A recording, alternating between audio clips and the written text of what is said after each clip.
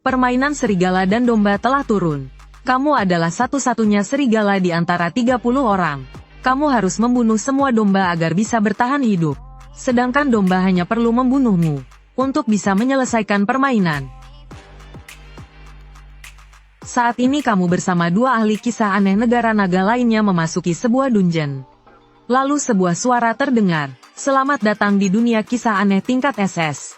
Permainan serigala dan domba. Kali ini adalah dungeon tim. Wah, kamu Kakcun kecil ya. Tidak menyangka bisa bertemu orang hidup." Kamu menggumam pelan, lalu memusatkan seluruh perhatian pada orang di depanmu. Negara Elang Putih, bakat tingkat SSS. Arceus, tak peduli seberapa sulit dunia yang dihadapi. Dia belum pernah memperlihatkan bakatnya.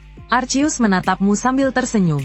Pada saat itu, papan tulis di depan tiba-tiba menampilkan tulisan kapur. Aturan 1 tanda bintang. Selamat datang di permainan serigala dan domba. Kalian akan dibagi menjadi 2 kubu untuk saling berhadapan. Selama memenuhi syarat kemenangan maka akan menang. Harap perhatikan poin-poin berikut. Semua orang dilarang mengganti bakat atau meninggalkan dunia ini sebelum mati atau menyelesaikan permainan. Semua orang tidak dapat menerima petunjuk dari pengamat negaranya. Membunuh orang di dunia ini tidak akan membuatmu kehilangan hak menyelesaikan permainan. 4. Saat pembawa acara berdiri di atas panggung batu. Semua ucapannya pasti benar. 5. Aturan ini tidak bisa dipengaruhi oleh bakat apapun, termasuk diubah atau dihapus. Saat penjelasan aturan selesai, pemandangan di sekeliling tiba-tiba berubah menjadi hutan. Pada saat itu kamu menyadari, di atas panggung batu berdiri seseorang yang aneh. Selamat datang semuanya di dalam permainanku. Sebelum aku menjelaskan aturan, mohon semua menutup kedua mata. Aku akan memberitahu identitas kalian masing-masing. Pembawa acara di atas panggung batu tidak akan berbohong. Kamu pun menutup kedua mata. Beberapa detik kemudian, sebuah kepala serigala merah menyala muncul di benakmu. Identitasmu adalah serigala. Baik, silakan semua membuka mata. Sekarang aku akan menjelaskan aturan permainan. Pembawa acara dengan santai menjentikkan jarinya. Namun ruang siaran langsung gempar. Semua layar siaran tertutup pada saat yang sama. Hanya menyisakan satu baris tulisan "Jangan mengintip." Seperti yang kalian ketahui, permainanku bernama serigala dan domba. Kalian semua akan mendapatkan salah satu dari 2 identitas ini. Dan perbandingan kedua identitas ini adalah 29:1. Artinya para domba harus mencari cara menyingkirkan serigala. Sedangkan serigala harus membunuh semua orang selain dirinya. Tentu saja, aturan kami akan memberi penguatan tertentu pada pihak yang lebih lemah. Sebagai gantinya, di tangan setiap orang muncul sebuah kartu. Di atasnya terdapat 2 bunga merah dan 2 bunga hitam. Ini adalah kartu nyawa kalian semua. Ketika semua bunga di kartu nyawa berubah menjadi hitam, aku sendiri yang akan turun tangan membunuhnya. Dan itu dianggap tereliminasi. Jika selama proses kalian dibunuh oleh orang lain, maka 1 bunga merah di kartu nyawa kalian akan berubah hitam. Pada saat yang sama sebagian besar ingatanmu akan dihapus. Kamu tidak akan tahu siapa sebenarnya yang membunuhmu. Inilah perlindungan bagi sang serigala. Pantas saja dunia kali ini tidak mengizinkan pengamat memberi petunjuk apapun. Bukankah itu sama saja serigala langsung terbuka? Selain membunuh orang dengan cara fisik, di dalam benaknya juga akan muncul sebuah peristiwa.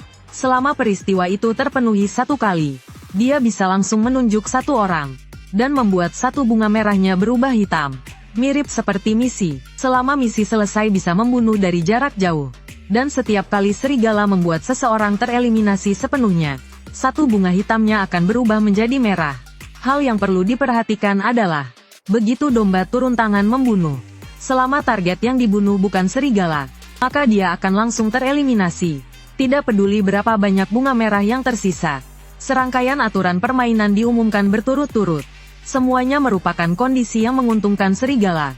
Namun apakah ini benar-benar cukup untuk membuat 1 serigala mengalahkan 29 domba? Aku punya 1 pertanyaan.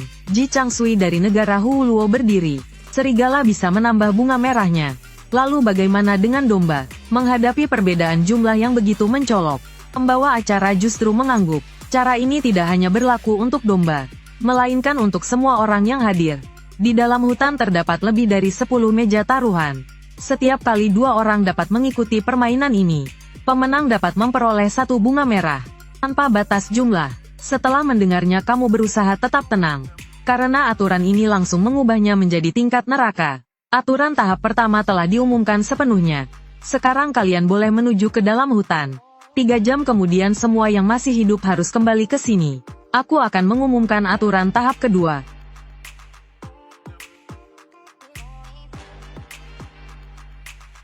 Oh ya, tadi lupa mengatakan, selama permainan berlangsung semua pemain tidak boleh kembali ke sini. Hanya boleh setelah 3 jam. Kamu berjalan di dalam hutan bersama Qilong dan Jiang Yao Yao. Saat kamu masih memikirkan apa yang harus dilakukan, Jiang Yao Yao menarik lengan bajumu. Dengan Kak Xiao Chun di sini, pasti bisa segera menalar siapa sebenarnya serigala itu. Tentu saja aku tahu, tak perlu menebak lagi, identitasku adalah serigala. Apa yang dikatakan pembawa acara di atas altar batu pasti benar. Jadi jumlah serigala dan domba pasti tidak salah. Karena aku adalah serigala, lalu mengapa Qilong mengatakan dirinya juga serigala? Kalian berdua dengarkan aku, tingkat bakat kalian berdua lebih tinggi dariku. Jadi jika di antara 3 orang harus mengorbankan 1 orang, aku merasa terhormat orang itu adalah aku. Aku akan berusaha membunuh para master horor dari negara musuh. Kalian berdua cukup menunggu hasilnya. Saat aku mati, kalian juga akan memperoleh kemenangan. Kita semua demi negara naga. Setelah berkata demikian Qilong pergi meninggalkan tim. Tidak lama kemudian, dia menemukan meja taruhan. Di sampingnya ada satu sosok. Orang itu adalah Kawani Shikai dari negara Sakura. Dari negara naga, mau mencoba.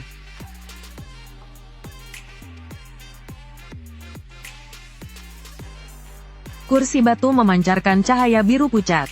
Bayangan kepala serigala muncul di tengah meja batu. Nama permainanku adalah pembohong. Silakan tuan di sebelah kanan terlebih dahulu berbicara. Lalu tuan di sebelah kiri menebak apakah dia berbohong. Jika tebakan tuan itu salah, maka tuan yang lain akan mendapatkan 1 bunga merah. Akan mendapatkan 1 bunga merah. Dan bisa memilih apakah akan membuat tuan ini kehilangan 1 bunga merah. Sebaliknya, jika tebakan tuan itu benar, maka hadiah akan ditukar. Letakkan tangan di atas meja batu. Permainan resmi dimulai. Kawani Shikai meletakkan tangan di pahanya sambil tersenyum licik. Selanjutnya aku pasti akan mengatakan kebenaran. Dan kuharap kamu menebaknya seperti itu. Oh, lalu apa untungnya bagimu? Sederhana, apa kamu tidak sadar meja taruhan ini adalah bak besar? Pemenang bisa mendapatkan 1 bunga merah. Sedangkan yang kalah ditentukan oleh pemenang apakah kehilangan 1 bunga merah. Artinya kita bisa bergiliran menjadi pemenang. Sampai bunga merah terkumpul penuh. Melihat Qilong tidak menanggapi, Kawani Shikai langsung meletakkan tangan kanannya di meja batu. Namaku Shinkai Keisuke, warga negara Sakura, jenis kelamin pria, pekerjaan adalah master horor. Dia mengangkat tangan kanannya, memberi isyarat bahwa ucapannya telah selesai. Sedangkan Qilong hanya tersenyum dan meletakkan tangannya di meja batu. Dia berbohong. Apa? Kamu bodoh. Aku sudah menjelaskannya dengan sangat jelas. Kamu malah mau memberiku 1 bunga merah. Apakah Anda yakin dengan pilihan ini? Qilong menatap tajam Kawani Shikai. Aku yakin. Kamu berbohong. Permainan selesai. Tuan di sisi kiri menang. Begitu suara bayangan kepala serigala menghilang, 1 bunga merah bertambah pada kartu nyawa Qilong. Bagaimana mungkin? Dia tidak mungkin tahu. Kawani Shikai bukan nama asliku. Shinkai Keisuke masih belum menyerah. Bagaimana sebenarnya kamu menebaknya? Qilong melambaikan tangannya. Menurutmu aku akan percaya kata-kata orang dari negara Sakura? Setelah berkata demikian, Qilong berdiri dari kursi batu. Melangkah perlahan menuju kedalaman hutan. Oh ya wasit, aku ingin mengurangi 1 bunga merah miliknya. Di bawah wajah Kawani Shikai yang pucat, kartu nyawanya hanya tersisa 1 bunga merah. Di sisi lain, kamu tetap berjalan bersama Jiang Yao Yao. Gadis kecil yang terlihat lincah dan aneh ini, sama sekali tidak terlihat gugup. Apa kamu sama sekali tidak takut? Haha, bukankah ada Kak Chun yang melindungiku? Sudahlah, lebih baik kita lakukan pengundian bakat dulu. Kamu langsung mengaktifkan bakat di dalam pikiran. Menarik 3 kartu bakat tingkat SSS. Kartu pertama adalah bakat tipe serangan. Targetnya adalah makhluk aneh. Jelas tidak cocok untuk pertarungan antar master horor saat ini. Kartu kedua adalah bakat verifikasi aturan. Lebih tidak berguna lagi. Sepertinya hanya bisa memilih kartu ketiga. Bakat tingkat SSS. Gudang harta naga. Kemampuan latte game yang sangat standar. Sebelum gudang dibuka hampir tidak ada kegunaan sama sekali. Namun bagaimanapun identitasku adalah serigala. Melewati fase awal tetap mudah.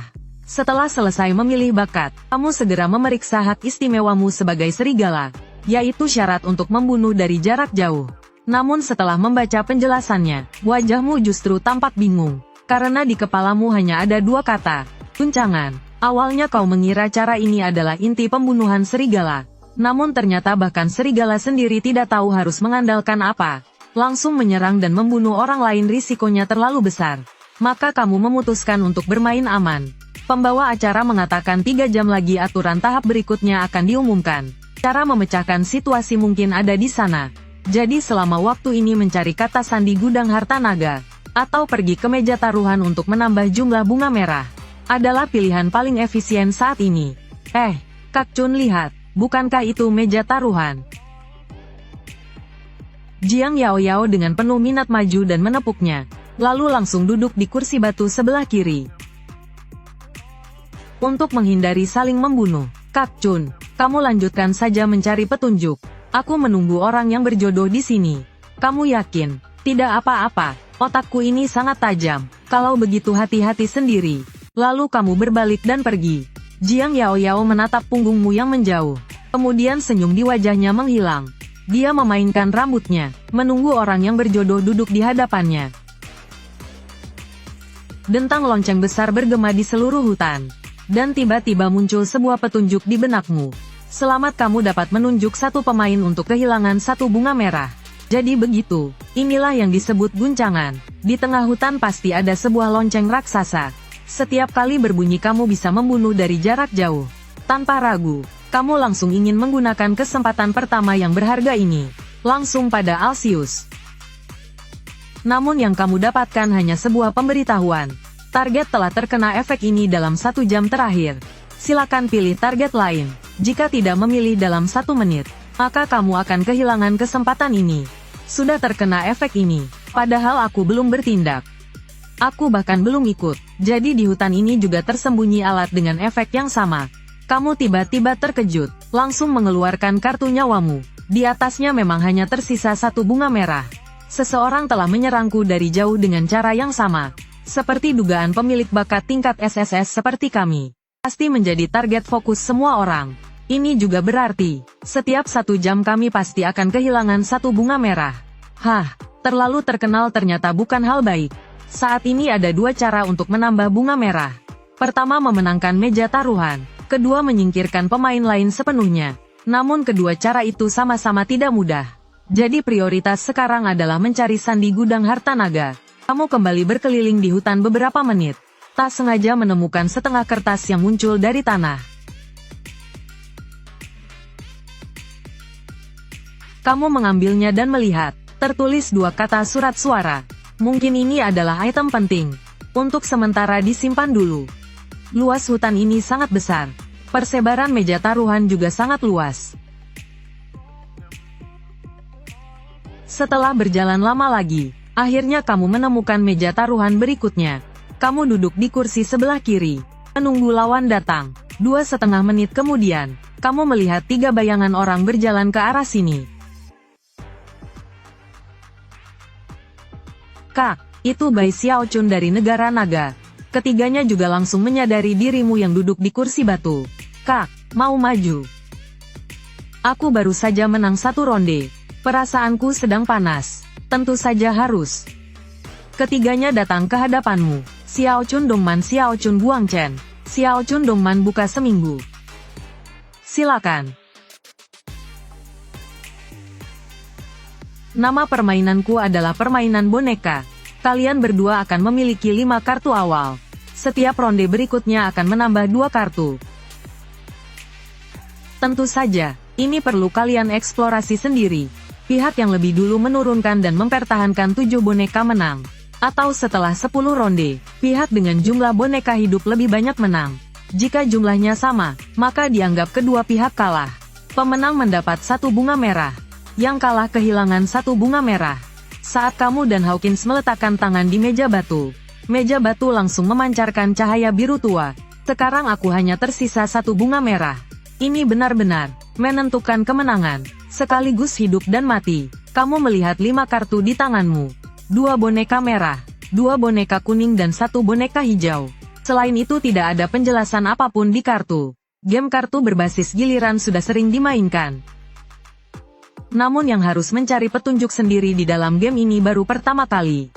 Ronde pertama, silakan berdua mengeluarkan kartu. Beberapa ronde awal hanya bisa saling menguji. Maka kamu sembarang memainkan 1 boneka merah. Sementara Hawkins memainkan 1 boneka hitam. Masih ada warna boneka keempat. Ronde pertama berakhir. Kedua pihak masing-masing menyisakan 1 boneka, merah dan hitam seri. Saat ini 2 orang di belakang Hawkins juga menggaruk kepala. Kak, aku lihat kamu begitu percaya diri. Apa kamu sudah menebak arti kartu-kartu ini? Kamu mendekat, lalu berkata padaku. Aku tahu kamu itu kun-kun. Kalau ini bisa ditebak kecuali aku curang. Ronde kedua, silakan berdua mengeluarkan kartu. Kamu mendapatkan 2 kartu boneka baru. 1 berwarna kuning. Kini kartu di tanganmu adalah 3 kuning, 1 merah, 1 hijau, 1 hitam. Di depanmu masih ada 1 boneka merah. Saat ini kartu boneka kuning paling banyak. Coba dulu pakai kuning untuk melihat apakah ada kartu lain. Kamu memainkan 1 kartu boneka kuning. Dan kartu yang dimainkan Hawkins di ronde ini ternyata juga kuning. Kartu yang sama. Sepertinya kali ini juga seri. Namun pengumuman berikutnya dari kepala serigala membuatmu terkejut. Boneka Tuan Hawkins membunuh boneka Bai Xiaochun pada ronde ini. Saat ini rasio boneka hidup kiri dan kanan adalah 1:2. Kamu dan Hawkins sama-sama terdiam. Karena Hawkins sendiri juga tidak tahu bagaimana dia menang. Ronde ketiga, silakan berdua mengeluarkan kartu. Di ronde ini kamu mendapatkan 1 kartu boneka biru dan 1 hitam. Kini susunan kartu di tanganmu adalah kuning-kuning, merah, hijau, biru, hitam-hitam. Saat ini sudah berlangsung 2 ronde. Ronde pertama kedua pihak memainkan merah dan hitam. Tidak terjadi apa-apa. Ronde kedua pihak memainkan kartu kuning. Namun aku justru kalah. Memikirkan hal itu kamu tiba-tiba terkejut. Mungkin masalahnya bukan pada 2 kartu kuning, melainkan pada 2 kartu di ronde pertama. Saat ini Hawkins juga menyadari hal yang sama. Sepertinya ada kombinasi tertentu antara hitam dan kuning. Dan kartu boneka kuning yang kamu mainkan di ronde sebelumnya sudah ditarik oleh wasit kepala serigala. Jelas cara ini tidak bisa dipakai lagi. Kartu terakhirmu sebelumnya adalah merah. Sejak dulu merah dan biru selalu jadi pasangan. Kalau begitu mari kita buktikan. Hawkins memainkan kartu hitam. Sedangkan kamu memainkan kartu biru. Xiaochun Animation boneka Tuan Hawkins membunuh boneka Tuan Jiangran pada ronde ini. Saat ini rasio boneka hidup kiri dan kanan adalah 1:3. Walau masih agak membingungkan, namun aku masih punya kartu boneka kuning dan hitam. Ditambah 2 kartu tambahan tiap ronde. Kalau beruntung, aku bisa terus bermain sampai akhir. 1 kata saja, abis. Tuan Xiaochun, sepertinya keberuntunganku cukup bagus. Bukan begitu, kamu hanya meliriknya sekilas dan tidak menanggapi. Saat ini di areaku hanya tersisa 1 boneka merah. Sekarang aku hanya bisa terus mencoba untuk menemukan warna yang cocok dengan merah. Ronde keempat, silakan berdua mengeluarkan kartu. Di ronde baru ini kamu mendapatkan kartu boneka merah dan biru.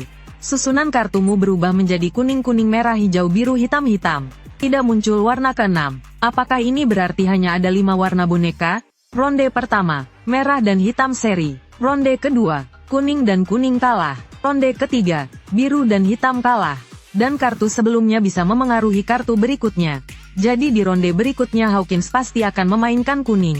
Benar saja, Hawkins sudah menurunkan 1 kartu boneka kuning. Kamu terus mengingat semua informasi yang sudah diketahui. Tiba-tiba seolah menyadari sesuatu. Kalau tebakanku benar, kartu yang kamu pegang itu pasti kuning kan? Sambil berkata kamu menarik 1 kartu boneka merah dari tanganmu. Kamu menepukkannya dengan sisi depan ke atas meja batu. Kamu tidak mungkin kalah sampai bingung begitu kan? 2 kartu dengan warna berbeda bisa saling bekerja sama. Dipikir bagaimanapun seharusnya tidak memainkan warna yang sama dengan kartu sebelumnya. Namun di detik berikutnya dia langsung tercengang. Boneka milik Tuan Bai Xiaochun pada ronde ini membunuh boneka milik Tuan Hawkins. Saat ini rasio boneka hidup kiri dan kanan adalah 2:3. Hawkins benar-benar tidak menyangka ronde ini akan kalah. Apakah prioritas kartu warna sama lebih tinggi daripada kartu beda warna? Ronde kelima. silakan berdua mengeluarkan kartu. Segera kartu boneka hijau dan biru muncul di tanganmu. Kebetulan melengkapi dua warna dengan jumlah paling sedikit. Susunan kartumu sekarang adalah kuning-kuning merah hijau-hijau biru-biru hitam-hitam. Saat Hawkins masih memikirkan kartu apa yang harus ia keluarkan ronde ini, kamu sudah lebih dulu menepukkan sebuah kartu. Hawkins mengerutkan kening. Sial, dia pasti sudah melihat suatu aturan tersembunyi. Hanya bisa bertaruh satu kali. Hawkins mengeluarkan satu kartu boneka hitam. Dan kamu juga mengeluarkan satu kartu boneka hitam. Aku ingin membuktikan apakah kartu dengan warna sama memiliki kerjasama tertentu. Ronde kelima berakhir. Saat ini rasio boneka kiri dan kanan adalah 3:4. Kamu sedikit mengernyit. Tidak terjadi apa-apa, apa aku salah menebak? Saat sedang memikirkan hal itu, bayangan kepala serigala langsung menghapus 3 kartu di tangan Hawkins. Hawkins dengan marah menepuk meja. Apa yang kamu lakukan? Apakah wasit juga bisa ikut campur dalam permainan? Aku sedang menjalankan aturan. Tuan Bai Xiao Chun telah mengaktifkan efek gempa. Karena itu aku harus menghapus 3 kartu di tanganmu. Gempa? Kenapa dia bisa mengaktifkannya, sedangkan aku tidak? Kamulah pemain pertama dalam permainan ini yang memicu efek khusus. Kamu sebenarnya sudah mengaktifkan ketajaman sejak ronde kedua. Bayangan kepala serigala tidak memberi penjelasan lebih lanjut. Ronde ke-6. Silakan berdua mengeluarkan kartu. Gempa, ketajaman, ternyata benar, dan efek yang dipicu berbeda tergantung kartu yang dimainkan. Hakikat permainan ini sama sekali bukan sekadar yang disebut permainan boneka. Kita hanya perlu melihat warna bonekanya. Maka nama asli permainan ini seharusnya adalah kartu 5 unsur. 5 warna kuning, hijau, biru, merah, hitam masing-masing mewakili logam, kayu, air, api, tanah. Dengan sudut pandang ini mari kita telah ulang permainan. Ronde pertama Hawkins memainkan tanah, sedangkan kamu memainkan api. Karena itu tidak terjadi apa-apa. Ronde kedua Hawkins memainkan logam. Kamu juga memainkan logam. Namun karena hubungan saling menguatkan 5 unsur, tanah melahirkan logam, sedangkan api tidak bisa berinteraksi dengan logam. Maka Hawkins dapat menggunakan skill boneka unsur logam. Ketajaman. Ronde ketiga Hawkins memainkan tanah. Kamu memainkan air. Kedua kartu ini tidak bisa saling menguatkan kartu sebelumnya. Artinya tidak ada skill yang bisa diaktifkan. Namun karena hubungan saling menekan 5 unsur, tanah menekan air, maka pada ronde ini kamu kembali kalah. Ronde keempat Hawkins memainkan logam. Kamu memainkan api. Walaupun tanah melahirkan logam memungkinkan Hawkins mengaktifkan ketajaman, namun jelas prioritas hubungan saling menekan lebih tinggi. Api menekan logam. Karena itu pemenang ronde ini adalah kamu. Ronde kelima Hawkins memainkan tanah. Kamu memainkan tanah. Berdasarkan hubungan saling menguatkan 5 unsur, api melahirkan tanah. Maka pada ronde ini kamu mengaktifkan skill boneka unsur tanah. Gempa. Dalam hati kamu diam-diam merasa beruntung. Ternyata tetap harus mengandalkan kebijaksanaan leluhur. Hawkins terus bergantian memainkan boneka hitam dan kuning dalam 5 ronde pertama. Dan pada ronde sebelumnya 3 kartu tangannya telah dihapus. Jadi jumlah kartu kuning dan hitam di tangannya pasti sangat sedikit. Pada ronde berikutnya dia memiliki kemungkinan lebih dari 90%. Tidak akan memainkan boneka hitam maupun kuning. Maka atribut paling aman ronde ini jelas adalah air dan kayu. Kayu menekan tanah. Karena lawan kemungkinan besar tidak akan memainkan tanah, maka tentu saja tidak perlu memainkan kayu. Kamu kemudian memainkan satu kartu boneka biru. Sementara Hawkins di seberang tampak gelisah. Pikirannya sekarang benar-benar kacau. Akhirnya dia asal melempar satu kartu boneka merah ke atas meja. Boneka milik Bai Xiao Chun pada ronde ini berhasil membunuh boneka milik Hawkins. Perbandingan boneka hidup kedua sisi kini menjadi 4:4. Ternyata dia mengira aku akan memainkan boneka kuning yang bisa berinteraksi dengan ronde sebelumnya. Hawkins mengerutkan kening dengan kuat. Ronde ke-7. Silakan berdua mengeluarkan kartu. Pikiran Hawkins benar-benar kacau. Sesuai dengan yang kamu duga, kini di tangannya hanya tersisa satu kartu boneka kuning. Bahkan tidak ada satupun kartu boneka hitam. Tuan Hawkins, sepertinya keberuntunganku lebih baik, bukan begitu? Akhirnya, Hawkins memilih kartu hijau yang jumlahnya paling banyak lalu memainkannya. Kartu dibuka pada ronde ini. Kedua pihak sama-sama memainkan boneka hijau. Dan keduanya adalah kayu. Ronde ke-7 berakhir. Perbandingan boneka kedua sisi kini menjadi 5:5. Namun yang tidak kamu duga adalah, wasit justru kembali mengambil 3 kartu dan menyerahkannya padamu. Kamu mengaktifkan pertumbuhan pada ronde ini. Menarik tambahan 3 kartu. Ronde berikutnya, silakan berdua mengeluarkan kartu. Saat Hawkins masih kebingungan, anak buah berambut pirang di belakangnya menepuk pundaknya. Bos, sepertinya aku tahu cara memainkan game ini. Kau tahu, ini mungkin berkaitan dengan 5 unsur. Ketajaman gempa dan pertumbuhan. Jika digabung dengan 3 warna boneka, kuning, hitam, hijau, bukankah itu tepat mewakili logam, tanah, dan kayu? Sementara 2 warna tersisa adalah merah dan biru, yang pas mengisi api dan air.